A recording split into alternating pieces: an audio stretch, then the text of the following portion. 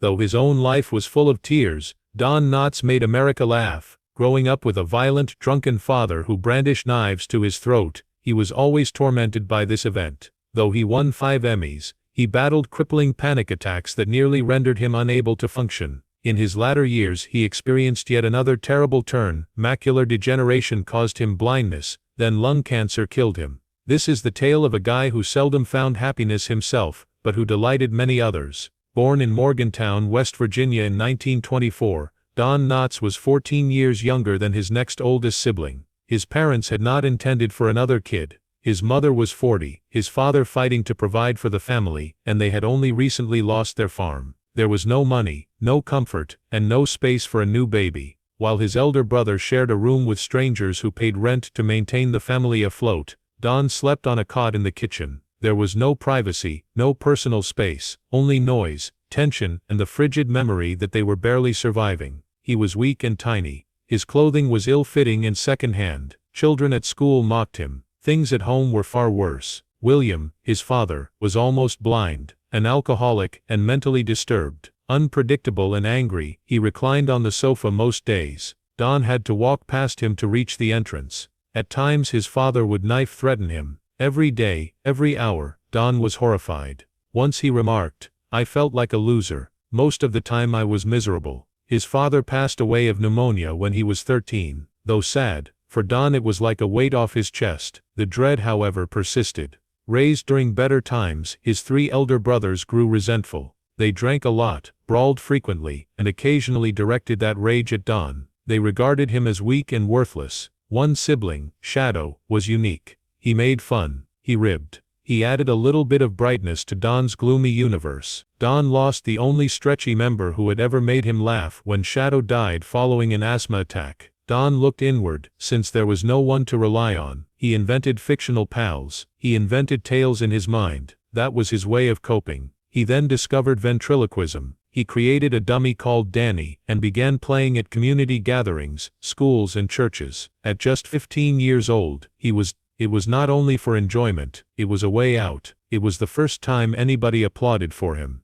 Not for the dummy, not for his brothers, for him. He attempted his luck in New York, but was unsuccessful. He went back home and started working at West Virginia University. World War II followed. He was enlisted age 19 in 1943. Many believed he was a Marine drill instructor. That was a fallacy. Don wasn't built for battle. He was too anxious, too thin. His mission was to amuse the soldiers in the 6,817th Special Services Battalion, which the Army put him in. Overseas, he participated in a military variety show called Stars and Gripes. He went from island to island encouraging people to stay upbeat. Initially, he employed his dummy Danny Hooch Matador. Though he had been doing ventriloquism since childhood, Don said that after 2 years of it, something changed. He began to feel irritated. People laughed more at the dummy than at him. It was meant to be his performance, but Danny kept taking the stage. Al Checo, his fellow artist, could also observe it. Don was growing weary of playing second fiddle to a chunk of wood. 1945 altered everything. Don was on a ship traversing the South Pacific heading back to the United States. One evening, he grabbed the dummy and tossed it overboard. Later, Don claimed he pictured the dummy screaming as it sank, as if it were alive. Still, he had no regrets. That time was like severing a link. He was no longer going to hide behind a puppet.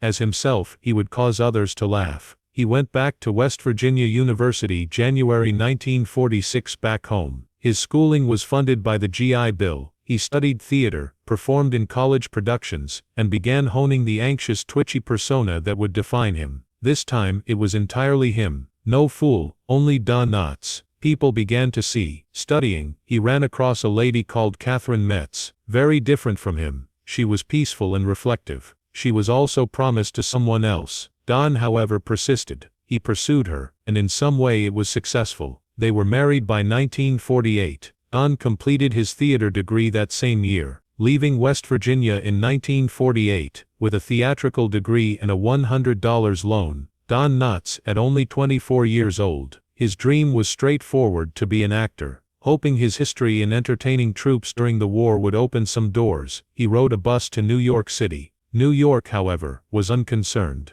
The city devoured him. One after another, he attended radio tryouts. They didn't only turn him down, they overlooked him. Directors were at a loss on how to handle a thin, unsteady Morgantown man. In the meanwhile, he had only wed Kay Metz. Bills were arriving, confidence was fading, he nearly surrendered. The same military ties, however, that before provided him a platform in the conflict, turned out to provide him a lifeline. He gradually discovered employment. Though not glitzy, it was something. He got a part on a national TV soap, called Search for Tomorrow by 1953. That altered everything. Not a humorous guy, he portrayed Wilbur Peterson, a scarred neurotic who could only talk to his sister. To bring Wilbur to life, Don had to delve deep into his own experience growing up impoverished with a mentally sick father. It was difficult, but he persisted. Over 2 years he appeared for over 500 episodes. Exhaustion or anxiety did not stop him. That part made him relevant to casting directors. It also brought him to Broadway in No Time for Sergeants, when he first encountered Andy Griffith. About the same time, in 1954, he also had a little part on Howdy Doody, a children's program, seen by millions.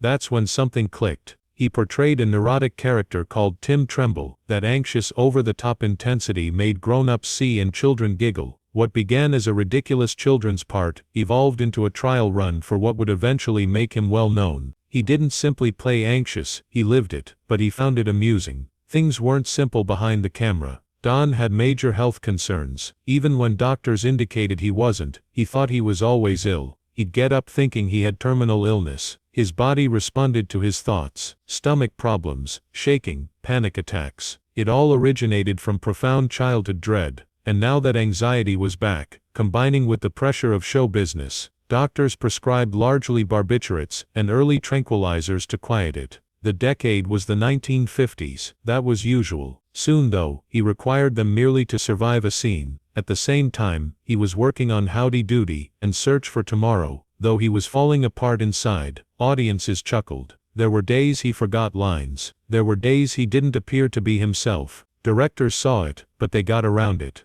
When the cameras rolled, he always came through. But off-screen, the medications dulled his sharpness and made his moods more difficult to control. Until 1956, when everything changed, Don Knotts was simply another struggling actor. He came on the Steve Allen program, where his quirky little persona, the anxious fidgety guy, really took off. But this was not only a haphazard creation. Don once saw a guy at a West Virginia banquet, shivering so violently he drenched himself with water. That picture remained in his head. Years later, he dreamed it back to him. He got up, recorded the routine, and made it comedic treasure. Before long, America recognized his visage. Don kept showing up on the program from 1956 to 1959. Don then relocated in 1959, when The Tonight Show relocated to Hollywood. The character trailed him. But this was not his first major event with a future legend. Don was cast in a Broadway play named No Time for Sergeants back in 1955. There he ran across Andy Griffith.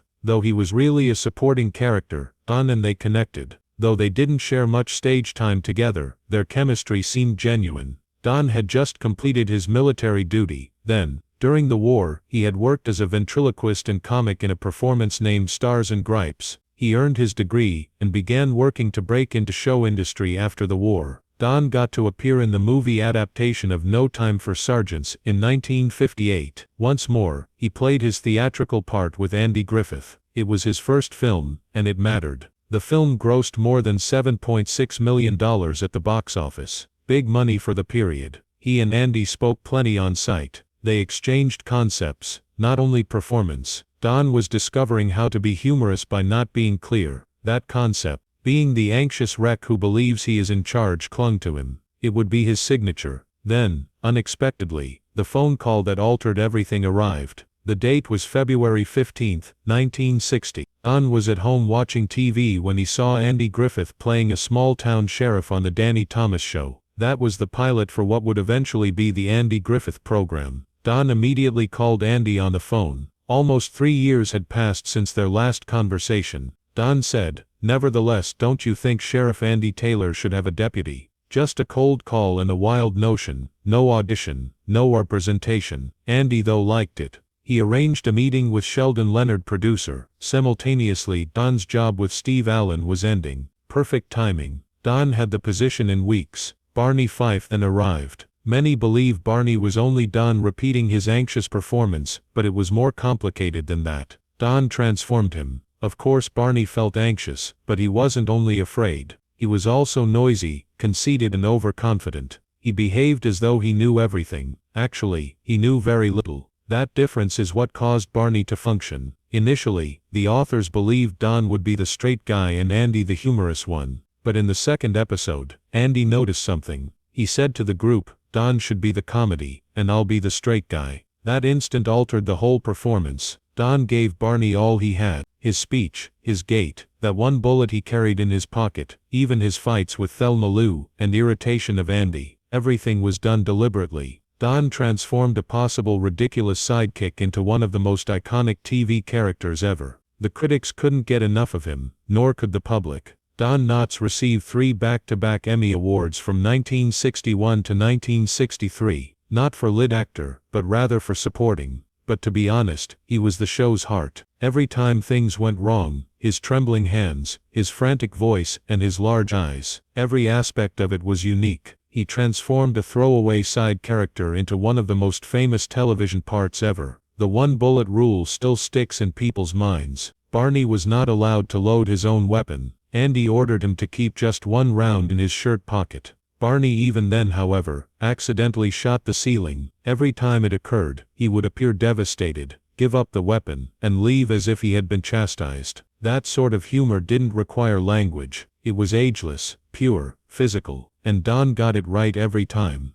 But Barney was not only a moron. From judo to singing to American history, he believed he was an authority on all things. He would stand tall, behave like a big shot, and then absolutely collapse when events didn't go his way. His singing was a catastrophe when he pushed too hard, but when he sang softly with Andy, just the two of them, it was strangely lovely. Like a pro, Don played all those highs and lows. Then arrived the surprise. Don departed in 1965, just at the height. Based on what Andy had said, he believed the program would finish after 5 seasons. Don thus signed a Universal film deal. He signed for 5 movies. But then, unexpectedly, Andy reversed his decision. The performance would continue. Don was unable to return. He was already set. That crushed his heart. He had no option but to go. Barney's departure was scripted into the program. He relocated to Raleigh. A raise, a employment in a major metropolis. But supporters noticed the difference. Though the show ran until 1968, many felt it was not the same without him.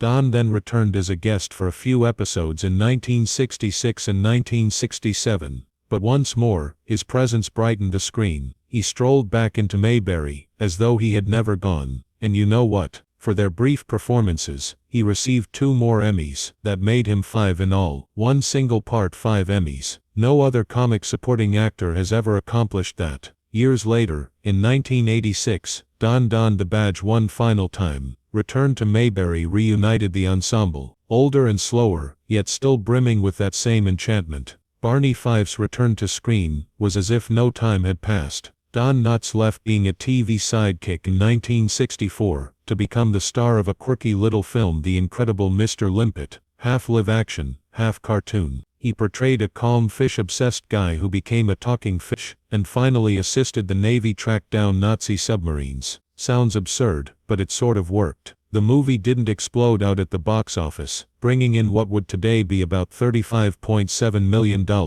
but it showed something significant. Don Knotts could single-handedly carry a film. Don took a brave step that same year. Believing the Andy Griffith Show was over, he signed a 5-picture contract with Universal Studios. The program, however, continued, and Andy Griffith carried on without him. Don was unable to return. He was committed to the film contract. That choice eventually marked the beginning of something significant. Coming out in 1966, his debut Universal film The Ghost and Mr. Chicken generated significant money. It cost roughly $670,000 to produce and made back at least 5 times that. It was box office number 34 and eventually made around $100.1 million adjusted. Universal's success caused him to be locked in for 5 years. From there, Don went on a run, playing a man afraid of heights who somehow got pulled into the space program in The Reluctant Astronaut. He did so in 1967. Real NASA video was featured in the film,